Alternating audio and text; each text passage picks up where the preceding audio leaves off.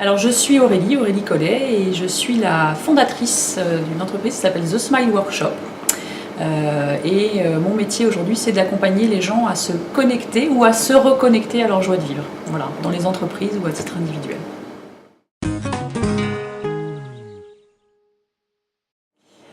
Alors ça me motive d'abord parce que j'ai rencontré Benoît et qu'en se rencontrant, effectivement, on a vu qu'on avait pas mal de points communs et de sujets de discussion importants sur l'humain et sur plein d'autres choses. Et moi, le bonheur au travail est quelque chose qui m'interpelle beaucoup de par mon expérience parce que j'en ai manqué, on va dire, et on n'a pas eu de reconnaissance par rapport à ça. Et puis, je pense qu'aujourd'hui, l'humain et le bien-être de l'humain et le bonheur de l'humain va faire avancer la société. Voilà. Et le concept de cette conférence, avec la tête d'affiche qu'il peut y avoir, qui est Frédéric Lenoir, m'a interpellée fortement, donc j'ai dit j'y vais. Je suis fan absolue de Frédéric Lenoir, donc il est hors de question que je ne sois pas dans les parages. Voilà. Je suis curieuse de savoir comment les entreprises vont réagir, alors notamment sur les propos de Frédéric Lenoir, pour ceux qui ne connaîtraient pas encore Frédéric Lenoir. Après, effectivement, des gens comme moi, on ne sait pas d'avance ce qu'ils vont dire, mais on connaît un peu les concepts qu'il va amener.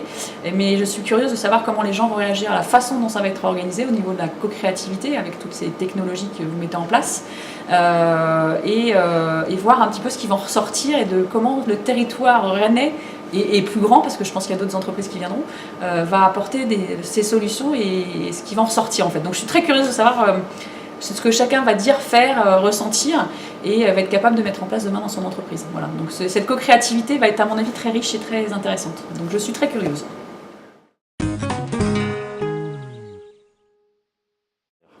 Je pense que moi qui ai découvert le concept, l'originalité va être là dans la façon de faire en fait, très honnêtement. Des conférences sur le bien-être au travail, le bonheur au travail, j'en ai fait quelques-unes ici ou là, à Dinan, à Saint-Malo et autres.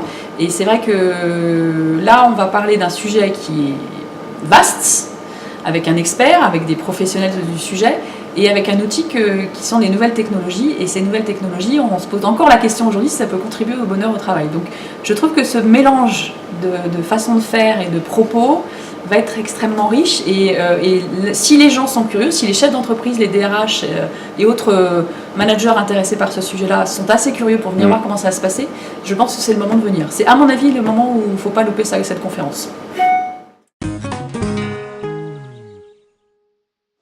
Alors le bonheur, moi avec l'expérience, ma petite expérience, je sais que j'atteins plus facilement le bonheur parce que j'ai appris à me connaître. Donc c'est de la connaissance de soi, apprendre à savoir qui on est, quels sont, et à se respecter, à respecter nos émotions, et à vivre dans l'instant présent et à arrêter d'écouter l'ego, écouter son âme plus profondément et se révéler dans la place qui est la nôtre.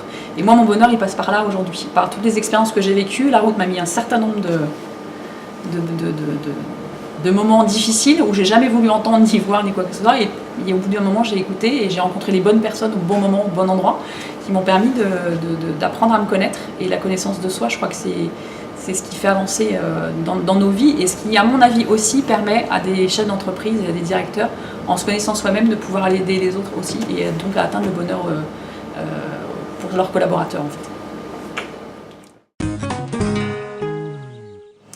Alors je contribue au bonheur, en tout cas j'essaie d'y mettre ma petite pierre à l'édifice, mais c'est vrai que mon expérience personnelle fait que pendant des années et pendant toute mon enfance et mon adolescence et au début de ma carrière, j'ai été coupée de beaucoup de choses, entre guillemets, de mes émotions, de qui j'étais vraiment. Et hier, en écrivant justement pour mon site internet, je me rendais compte que j'ai toujours fait les choses par rébellion. Donc ça, juste parce qu'on me disait il faut pas faire ou il faut faire, je faisais l'inverse. Et donc du coup, je me respectais jamais.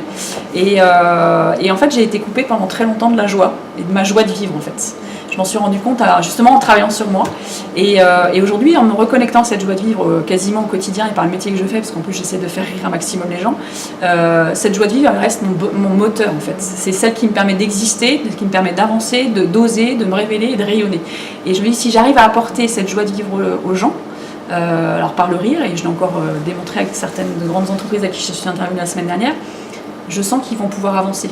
Et en avançant et en osant être soi-même, je sais qu'ils vont pouvoir se révéler et être, tout simplement être et être bien, et donc être heureux a priori et connaître le bonheur. Voilà. Donc je suis un petit colibri dans ce monde du bonheur qu'on essaie de mettre à tout prix, sans pour autant être dans la culture du bonheur vraiment à tout prix, justement, où on a l'impression que c'est aujourd'hui une exigence d'être dans le bonheur. Non, c'est pas une exigence, on fait chacun avec nos moyens, avec nos possibilités, comme on est au moment où on l'est. Donc,